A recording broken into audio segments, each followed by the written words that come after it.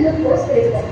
இப்போ இந்த glucose absorb ஆகணும் இல்லையா, இதை நம்ம இன்டெஸ்டைன் அப்சார்ப் பண்ணி ஹெபாட்டிக் போர்ட்டல் வெயின் மூலமா லிவருக்கு கொண்டு போய் ஸ்டோர் பண்ணும்.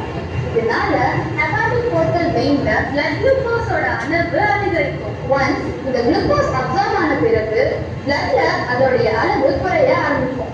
இது மூலமா நம்ம சாப்பிடுறதுக்கு முன்னாடியும் சாப்பிட்ட பிறகும் பிளாஸ்மால குளுக்கோஸோட அளவு வேறுபடுதுன்னு புரிஞ்சுக்கிட்டோம். அதுவே அதிகமா புரோட்டீன் எடுத்தோம்னா டைஜஷன் ப்ராசஸ்க்கு அப்புறம் எக்ஸஸ் அமினோ ஆசிட்ஸை ஸ்டோர் பண்ண முடியாத சூழ்நிலை ஏற்படும்.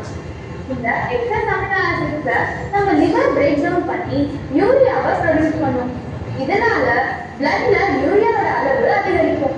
இன்னும் குறிப்பா சொல்லணும்னா ஹெபாட்டிக் ஆர்டரி அண்ட் ஹெபாட்டிக் போர்ட்டல் வெயின்ல இருக்கிற யூரியா கான்சென்ட்ரேஷனை விட ஹெபாட்டிக் வெயின்ல இருக்கிற பிளட்ல யூரியா கான்சென்ட்ரேஷன் அதிகமா இருக்கும். இதன் மூலமா பிளாஸ்மாவோட காம்போசிஷன் சேஞ்ச் ஆகும்னு புரிஞ்சுக்கிட்டோம்.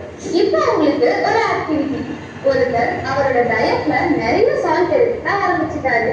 இதனால எந்த பிளாஸ்மா கான்ஸ்டிடியூயன்ட்டோட அளவு வேறுபடலாம்? இந்த வீடியோ முடிஞ்சதும் இதுக்கான ஆன்சரை கண்டுபிடிங்க. நீங்க பிளட் டொனேஷனை பத்தி கேள்விப்பட்டிருக்கீங்க இல்லையா? அதே மாதிரி